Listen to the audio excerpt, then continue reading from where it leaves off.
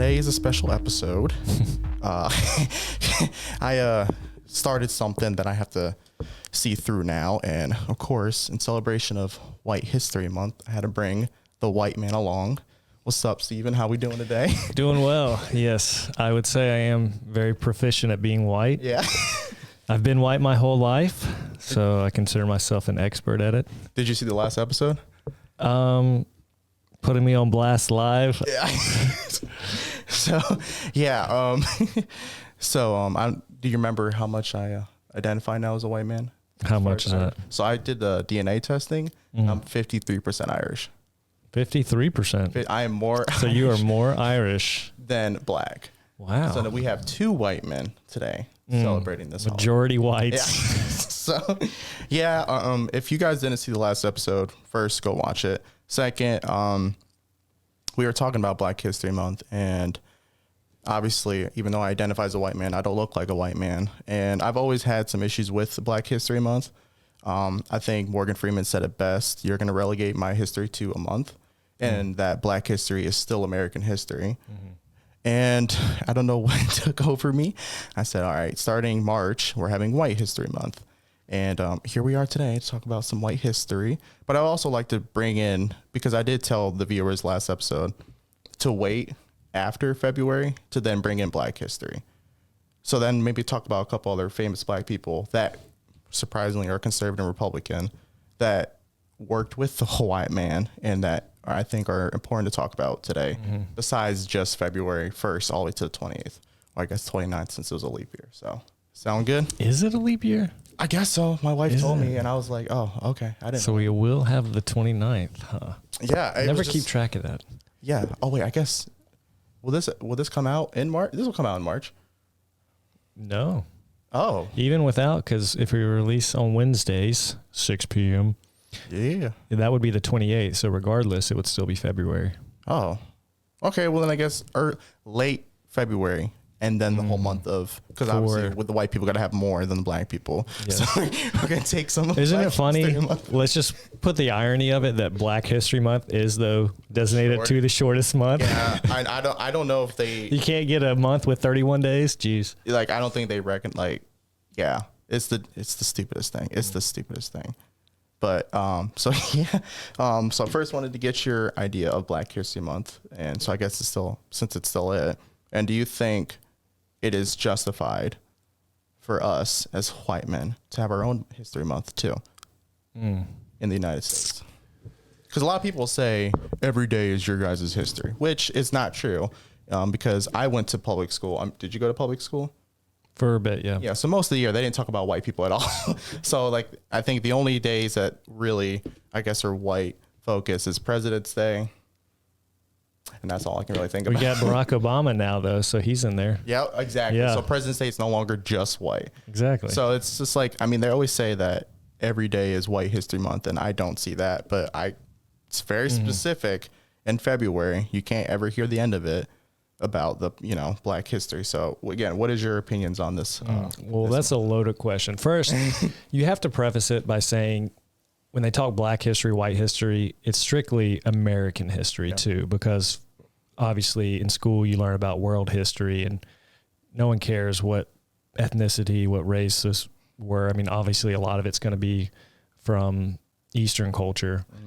And in terms of Black history, white history in America, one, I'm going to preface by saying I'm probably the least read and knowledgeable when it comes to just history. History was not my subject in school for some reason. It was hard for those events and dates to stick, names, not good with them. Okay. I'm so much better with numbers. But from just a general idea standpoint, I really dislike anytime you try to separate groups. Yeah. I think that was the whole point of Martin Luther King's movement, to stop segregation. And yet then we still try to label all these different events as separate. Yeah. And you have Black History Month, and it's like almost a slight to any other things, and almost saying like, okay, during this month, like nothing with white people matter or anything like that. And again, like you said, why can't it all just be history? Why does it have to be designate it one or the other, because you are going to create division when you start having those labels.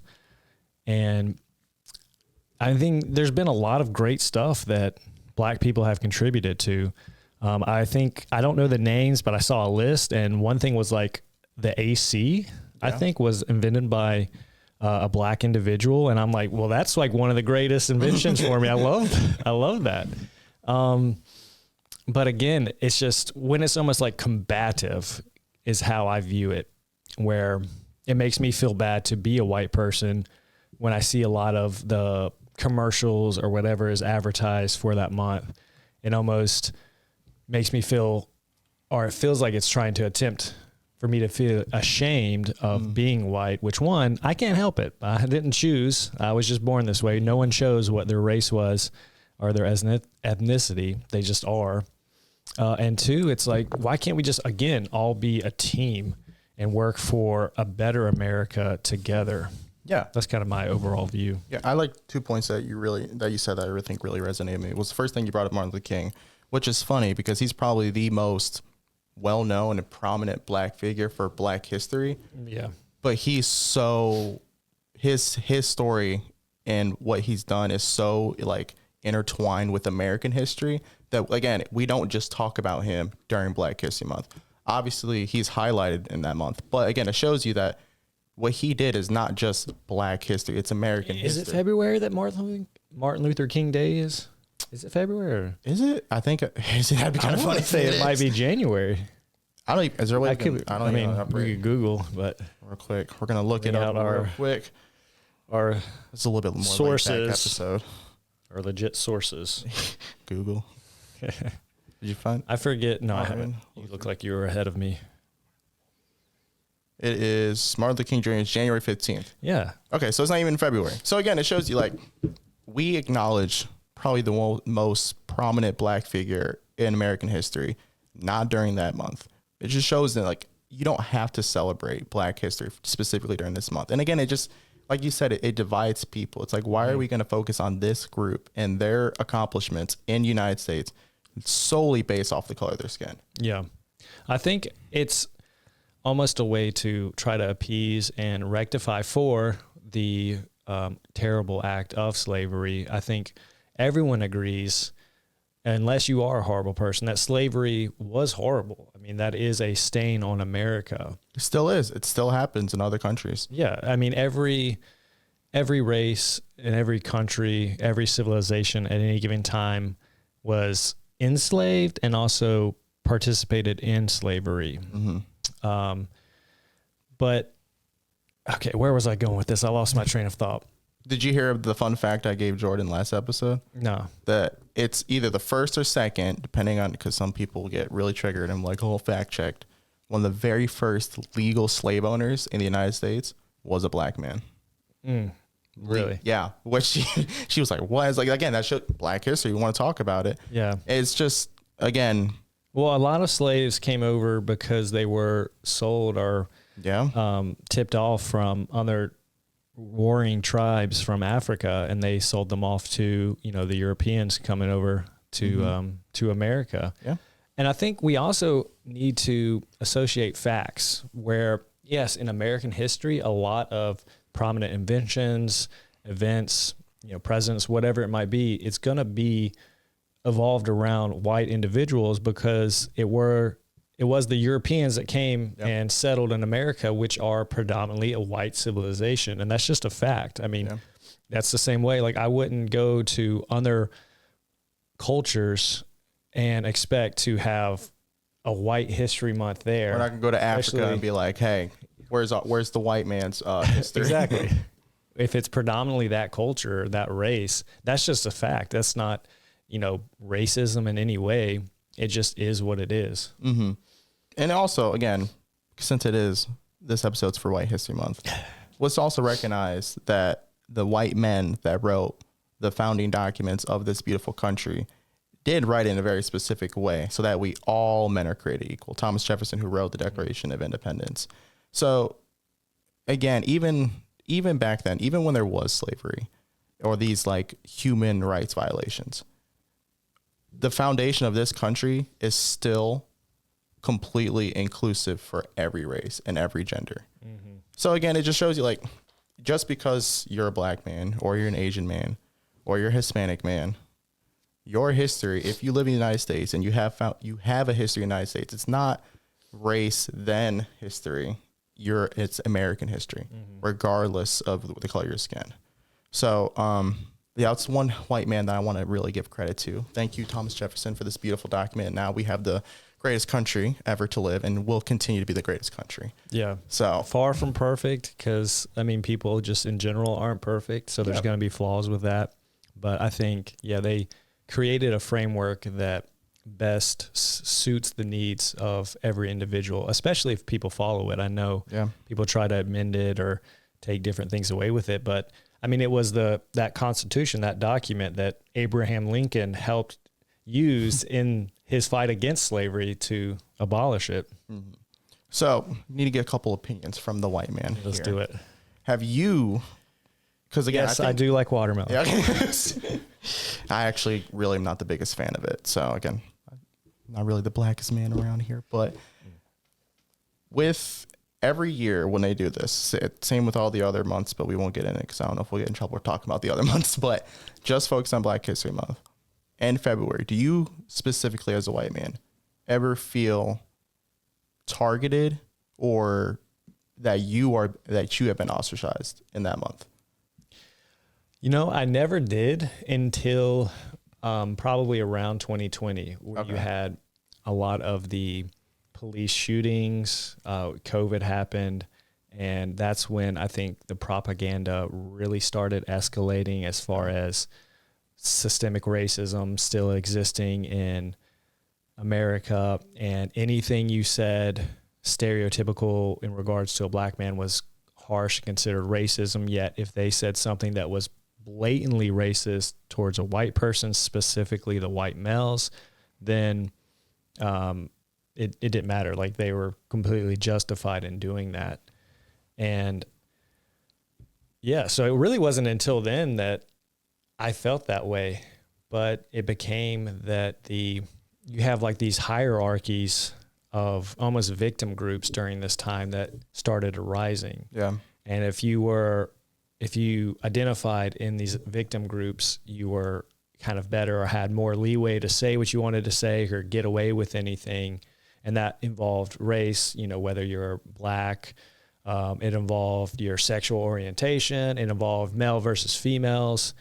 And so as a straight white male, you were at the very bottom of that. You were the oppressor, essentially, and you were the problem for the patriarchy, for the systemic racism and everything. So it's almost like at that point, the media started spewing out that our opinions weren't valid because we were just inherently racist.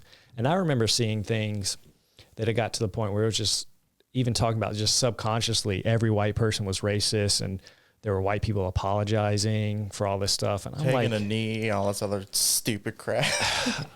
That just kind of blew my mind, because even when the way I was raised, like I never thought about race. I just thought about a person, like who they were, what they did, what they liked, and whether they liked stuff that I liked or didn't like stuff that I liked. And it was never a matter of race. It was just a matter, like Martin Luther King wanted, a matter of character and just personality.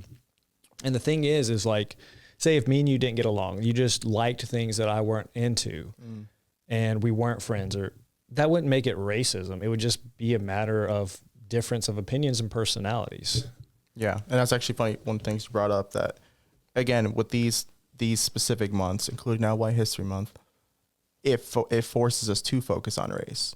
Again, it's like, it always blew my mind that we would want a holiday that specifically focuses. It's almost like, I don't know if patronizing is the right word, but it's like, hey, let's give this group of people their acknowledgement. Good job. These are successful individuals that are black. And it's almost like, are we successful? Is it more surprising or more of accomplishment that we have been successful because we're black? Is there something specifically about that? Or is it just like, hey, this person is a successful individual. He or she has done X, Y, and Z, and they happen to be black. That's how people will make it seem that Black History Month is. And I've never felt that. It's like, no, you're focusing on this because we're black. Because if we were white, our accomplishments don't mean anything. But since we're black, hey, we have to give praise to these people. Yeah, absolutely. And I think something you brought up that made me think again about kind of feeling that attack of black history was, again, that movement of like Black Lives Matter. Yeah.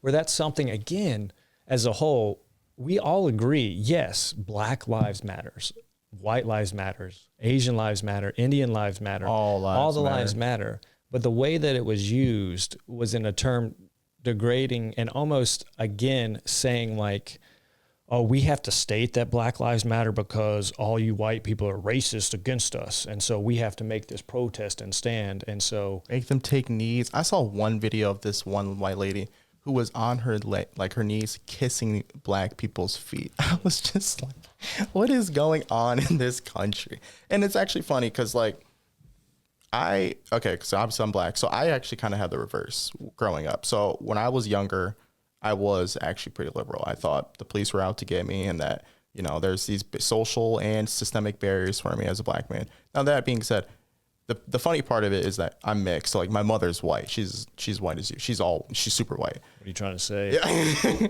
So growing up, I never saw the negative or I guess anything attack wise on me being based off the color of my skin, because my mother would be the first one. I was like, you're not going to attack my child regardless of my skin color. And I actually used to really like Black History Month. And then when I moved to North Carolina, because I'm originally from New York, one of the my actual first experience of like racism, which is funny, was by black men. I was in a barbershop with my mom and they were just talking so poorly about white people. They always refer to whatever black individual they're talking about by their first name. But if it was a white person to talk about, that white, and then they say the B word or that white dude or the blah, blah, blah. And then my mother was sitting there and I looked at them and was like, what's her name? And I don't know. And just at that moment I was like, wow, like we have gone so far now as a country that now black people, the things that we fought, that we didn't fight for, was remember that too, that Martin Luther King Jr. and these other great leaders actually fought for, we have. But now we are taking advantage of that. And it's kind of getting to the point now where it'll never be enough. We want more. We want more. We want more. And to the point now, it's like I said, I'm seeing videos of people, white individuals kissing the feet of these black men. And it's just, and freaking, what's that idiot's name? Al Sharpton or something like that. Like, it's just crazy. And it made me wonder, like, what if we just acknowledged white history? Like, what could we do that? Could we actually do that? Like, I mean, you could, but again, that's just going to create more division. It would be funny. It would be wow, stutter machine over here. It would be funny in the sense of being a parody to Black History Month, but in the end, it would just create more division because then it would get portrayed as racist rather than comedic.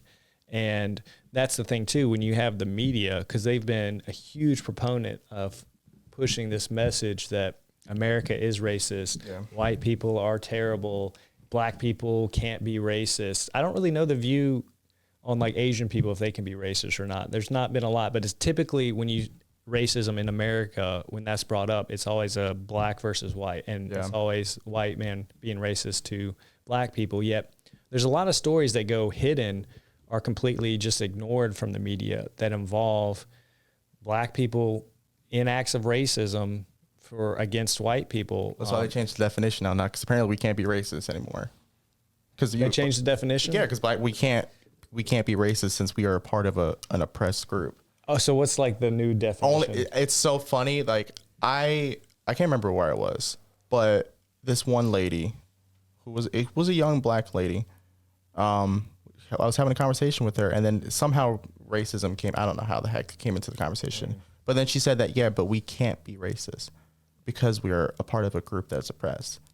And I challenged her. I was like, okay. And thank God there wasn't cameras rolling. I said the most racist, horrendous stuff about, I won't say which group it was either. I was like, was that racist? And she goes, yeah, that was very racist. Okay. What if I actually believe that? She was like, you'd be prejudiced. I said, okay. What if, and I pointed to the white guy. I said, what if he said that? It's like, he would be racist. I said, but the words are the same. And he doesn't believe those words. I do, though, in theory. It's like, would I not be racist? And she just, you could see the logic following her, and she's like, crap. She wanted to acknowledge that actually is racist, but she couldn't. Again, that shows you how far that we've gone. It's like, apparently black people can't be racist. And then you look at the groups like, okay, what group isn't oppressed? Yeah. Or White, I would say, like, man. how are you oppressed right now? Like, right now in your life, how are you oppressed? They would say it always goes to like police shootings, police brutality. But again, you look at the numbers, white men are more. Look at crime statistics, though. That's the thing. But then that's also racist, because we can't acknowledge that my community is responsible for most of the crime, because then that's racist. But then again, you look at even police shootings. Most white men are killed by police officers than black men. Yeah. So it's like there is no middle ground, and that's what frustrates me. And that's another reason why, like, I really wouldn't love, but like a white history, like, we need some pushback. I think we're to the point now where we have to say enough is enough, and kind of give them their own medicine to show them how ridiculous this is. I don't even know how we got to this point, because we have abandoned all just logical sense in that regards. And it is almost like it's because of a play from a political standpoint to separate voter bases almost to where if you can get a voter base, you know, say African Americans believing in one message, and then you are that party that stands against it or for you, then in theory, you should have all those votes locked down. Yeah. But it's proven that that's not the case. And it's just, I don't get logically how any of it makes sense, and how people can view it in that context. I do think it's changing now, actually. Again, because it's White History Month, let's bring up another famous white guy, Donald Trump. It is now, it is projected that I think the last numbers I saw, that he can get up to 31% of the black vote. So there is a group now that especially black men. Yeah. Black men are loving Trump now. Black women, we haven't got there yet. We're still working on that. Well, I think it's just at this point, the left can't hide the ridiculousness that they've portrayed. And then the biggest factor, I remember saying this before on a podcast, I think on the last one I was on, about just what most Americans, whatever race you are, the biggest factor for them is their wallets. Yeah. What is the economy like for a particular party? And it's been rough the last couple of years. Luckily, gas has came back down recently. But that's because it's president. That's an election year. They always go down. Yeah. But still, like, just cost of groceries went up drastically over the last 2 years. Just everything has been so much harder to just afford a common living. And I think that's the biggest factor in determining if your voter base is. If you can steer the economy in a good way and help your people and your voter base retain more money. I think genuinely, actually 2024 might be the year that we might actually have more unity than division, because again, White History Month, because of Donald Trump. I was at this event in South Carolina because the primaries just happened in South Carolina, and you can all figure who won, obviously. But there was an event I went to, and it was the Black Conservative Federation. If you don't know them, you should follow them and support them. It's a great organization. And Donald Trump was the keynote speaker. And we were in a room, maybe 400 plus black people, mostly black people. And you can see the fed up. And they're like, there was one black gentleman. I was looking at Secret Service like, oh man, God bless y'all for all y'all do. Everything that Donald Trump was saying that Biden has done to the black community, he stood up and he was screaming, yes, that's true. And he just said he's sick of them.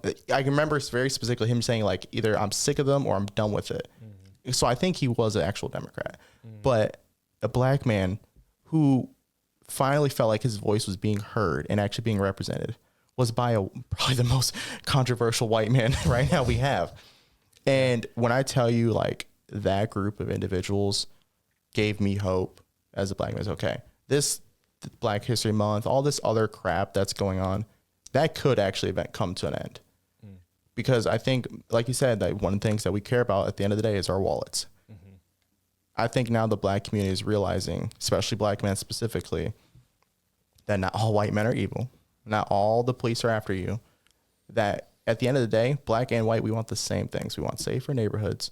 We want an actual fruitful and productive education system, regardless of the zip code you live in, that parents have the right to choose which school they go to, that the economy, again, is set up for black and white to be successful, for small businesses or large businesses, whatever the case is, that at the end of the day, we all want the same things. And these smaller barriers like Black History Month does nothing but push us away more from the goal. Yeah. Like, again, to just jump off that, like, I have no problem with celebrating historical moments from black individuals. I think it's just the way it's been done is, again, from that division standpoint of, oh, we have to set aside our own month because we've been pushed down by the white man who's so bad. And so, again, it almost reinforces that racism where it's like, it's not the case at all. And I have no problem. Again, whoever invented, I can't remember the names. I'm terrible with names. I don't remember historical white figures. I don't know their names, but whoever did the AC stuff, like, that's my hero. That's my hero. I wouldn't be able to make it through summer without that. Again, and it's sad too, because at the end of the day, a lot of it is politicized. So like here, we live in North Carolina. We are looking at possibly, hopefully, having the very first black governor in North Carolina. And he's probably going to be voted in based off majority white votes because of his political affiliation. And it's, again, there's possible black, again, it shows you that, like, the month itself, the holiday isn't actually for black history or black success. It's for a very specific group, very specific accomplishments. It's all political. And obviously, hopefully, the Mark Robinson wins. We'll have the first black governor in North Carolina. Will he be Republican? Yeah. Oh, well. But it's going to take majority white votes. So it's going to show you again, like, it's not just based off the color. It's this man and his beliefs and his character. Now, obviously, he has some controversial stuff that I won't get into, but it's going to be those things that are the reason why he gets elected in, not the color of his skin. Especially North Carolina, you go to the deep South or Western North Carolina, they're not voting for him just because of the colors. They don't care about the race at all, at all. It's like, what does this man believe in? Okay, he has my vote. That's all they care about. But then you go to other areas like Chicago or these other more liberal areas. You can't say that you've been voted in just not based off of just your color of your skin. Barack Obama, a lot of people say he just got voted because he's a black man. Can he confidently say that, no, I wasn't voted in mostly just because of the color of my skin? So I cut you off. I was going to say, it made me think, like, what if, this is just a radical thing, wishful thinking, but what if, like, our system of voting and politics in general was almost like a blind? It should be. You wouldn't know the names. You wouldn't know the faces of those who are running. It would just be like the commercials wouldn't be bashing the other opponents, again, creating more division. It would just be like, hey, candidate A believes these policies and this is what they're fighting for. Candidate B, this is their policies and what they're fighting for. And then make your vote based on that. Never happened, but yeah, that would be great. Yeah. I literally was How just great thinking would about that be, though? That's funny. I literally was just thinking about it because obviously my own race, I was thinking like, dang, it'd be really nice if people didn't know that I had the letter R next to my name or like that. Like, I mean, me and the incumbent are both black, but like, how different would the elections be? Like these margins, when I talk to these other like political figures, they're like, well, the margins wouldn't matter anymore if they really didn't know, because then it's really the Democrat Party would freak the heck out. Because I think which shows, I think it is show what now. America really cares about if you actually got down into that. And two, I've always been a proponent of this, that in order, I think everyone has the right to vote, but I think it should be viewed as a privilege, much like driving, where you don't just, oh, I turned 16, I'm getting in the car and go. You still take a process of learning. You take driver's ed, you have the provisional period, then you have to go pass a test. I think there should almost be a practice that way for voting as well, where you have to show some level of knowledge of the candidates and their policies that they're implementing, or again, that they're pushing. That way you can make a better and more informed decision rather than just being like, well, I'm a Democrat or I'm a Republican, blah, blah, blah, blah, blah, blah. Yeah. That's actually a good point to bring up, because most voters are just party. Like they only vote based off a party. A lot of them do. And there is, again, obviously I believe in the right to vote, but there is a very huge disparity off of knowledge on actually these candidates. And one of my best, he is my best friend. He's not from this country, and he's a Filipino, and he got his citizenship, and he brought in the exam that he had to take to become a citizen into our civics class. And it was pretty mixed as far as race and gender. No one could pass it. Say, yeah, I probably couldn't. No, it was absurd. And we're looking at it, and he got up and he was like, see, I did all that work for that. And he was like, I know who I'm voting for because of X, Y, and Z. And it's like, dang, got you. Checkmate. That's what I'm saying. Like, everyone would have the right to vote if they choose to, be educated and educate themselves on it. Yeah, most voters are one issue vote, like single issue voters. Exactly. And that's why the media is the way that it is, because it can portray so outlandishly, because most people aren't consuming any other source of knowledge. It's just those headlines, those, clips, those programs that they're seeing. So that's the only education that they're getting. And some of them think it as the gospel truth. Yeah. Yeah. Okay. I think I got one more question for you, then I guess we could probably wrap up here. Okay. Can you see in a near future the removal of Black History Month? And absolutely not. What do you think it would look like? Do you think it'd be beneficial, or do you think it would cause even more division? I do not see that in the near future at all for America. And I think right now it would cause way more division. Really? I think so. Yeah. Because you would have the whole group of, why are they oppressing? Why are they trying to remove this, this holiday or this, this month, recognizing the accomplishments of Black individuals? Just given the climate of our culture now and how racism is such a prominent factor. Yeah, I don't see it happening anytime soon. And I think it would create more division, because you would have those, they're removing it because there's racism and more systemic racism. And they're, again, trying to suppress everything. Okay, to follow up with that then, could you ever see, even though I started it, an actual recognition of white history? Maybe not for a month, we'll say a week. And do you think that would be a net positive or a net negative?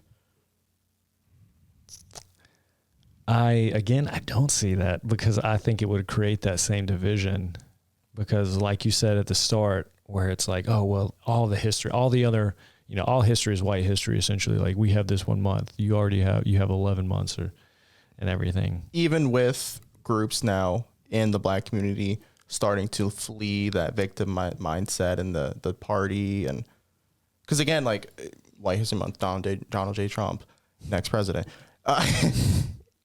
his message, which isn't really a unique message, is now resonating with Black men. Is he pushing for a White History Month? Is that no? I'm pushing for a White History Month. Okay, I didn't know if that's something that's actually on the chopping board. In concept, in theory, I think it would be a positive, because it would show, at minimum, how outlandish, whatever the word. Outlandish. Yeah, speaking is hard. I stutter, yeah. How outlandish Black History Month actually is, and divisive it is. And at best, it would open the eyes to other groups of other races. Like, the Asian community would be like, yeah, you know what? Where's our Asian history? Do we have Asian History Month? No. Okay. They'd be like, where's our history? Jewish people, I now more than ever, be like, hey, we need some more recognition now. The Black men are like, they're done with the whole victim mindset. It's like, hey, I care about my wallet more than I care about the color of my skin at this point. Well, that's the thing. You have a lot of these people who are proponents of like Black History Month, things like that, are white individuals. Yes, they're not even associated with the group that they're, trying to quote unquote help. But again, to go back to your original question, I don't personally see a White History Month being implemented, even out of the ridiculousness, because I think the Republics have tried to use ridiculousness to make fun of just other views that the left have pushed, And typically I feel like it doesn't resonate or it gets taken in the wrong way. And I almost don't think like stooping to that same level is the way to win people over.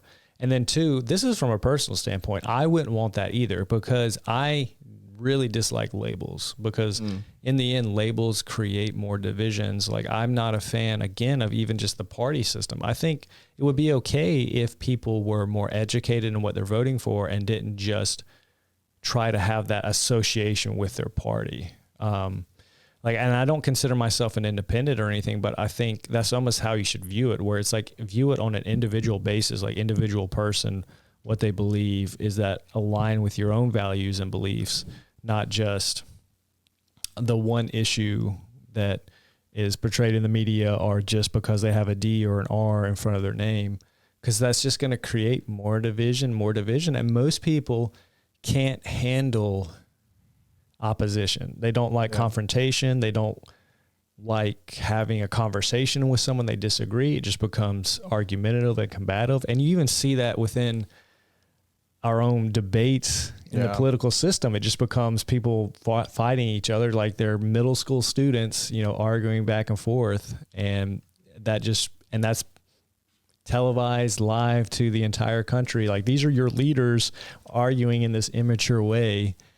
And so I dislike it, because even from the fundamental level, it just sends a message of division and, again, immaturity. And just, if we disagree, let's have a conversation about it. I'm not necessarily going to change your mind. You're not going to change my mind, but let's like almost agree to disagree and still value each other as people. Yeah. Yeah. Heck yeah, man. Heck yeah. All right. Well, how do you feel? You got any other things you want to get off your chest here before we wrap it up, or feel anything that you need to just advocate for the white man? For the white man, what do I need to advocate for them? We're not as bad as people say.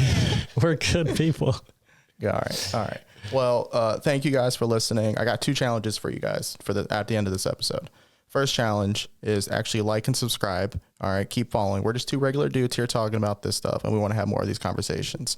And also comment. Let us know what you think. Any ideas or whatever, just give it in there. Second challenge, because it is White History Month coming up here, and we white men are advocates now for our own history. For White History Month, 53% Irish. Oh yeah, you got to learn Irish history too. Oh, what do you think I've been doing my whole time? They were actually enslaved as well. Yeah. You've been double whammy. My people. I think that's called double jeopardy. So it negates itself. That's how it works. The second challenge for White History Month, I want you guys to find one white man and one black man that were both white man or woman, one black man or woman that have been a net positive for the United States.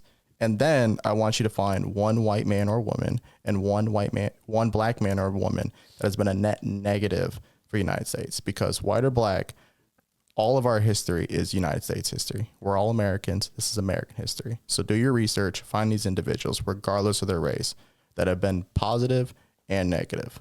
And with that, I do actually have one thing. What's up? Some words of wisdom that I got from a famous comedian. Okay. I guess I should shout him out. Tom Segura. Okay. So if you're listening, Tom Segura, hey, what's up? He, one of the famous lines that actually stuck with me that rings true. I'm going to say some before I get to the actual phrase, but regardless of race, regardless of, gender, whatever it is, his famous line is, some people suck. Yeah. And that's the truth. Some people just suck. Whatever, like white people can suck, some black people suck, some Asian people suck, everyone, some people just suck. Regardless of the skin. Yep. You also know he's half Peruvian. I didn't know. He's Spanish. You can't. So our people, we're diverse. But thank you guys again for listening in. Please do those challenges. Please like and subscribe, and we'll see you next episode.